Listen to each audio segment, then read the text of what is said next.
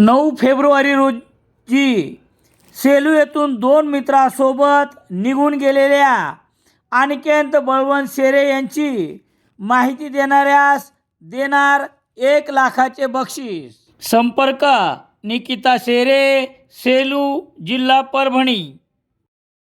सेलू शहरातील श्री केशवराज बाबासाहेब मंदिरात झालेल्या पौगंड अवस्थेतील मुलींनी समुपदेशन करताना जोशी यांनी असे कार्यक्रम फार आवश्यक असल्याचे सांगून संयोजकाच्या या उपक्रमाचे कौतुक केले आहे। मुलींनी निडर होऊन परिस्थितीची सामना करण्याचे आवाहन त्यांनी यावेळी बोलताना केले। शहरातील ब्राह्मण महिलांच्या वतीने घेण्यात आलेल्या या कार्यक्रमास प्रमुख पाहुण्या म्हणून त्या बोलत होत्या।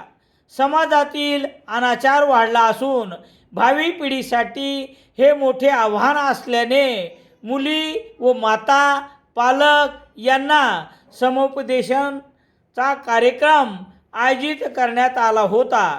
यावेळी व्यासपीठावर मंजुषा कुलकर्णी, डॉक्टर जयश्री सोन्नेकर, आरती दीक्षित तसेच मेघा चौधरी यांची उपस्थिती होती।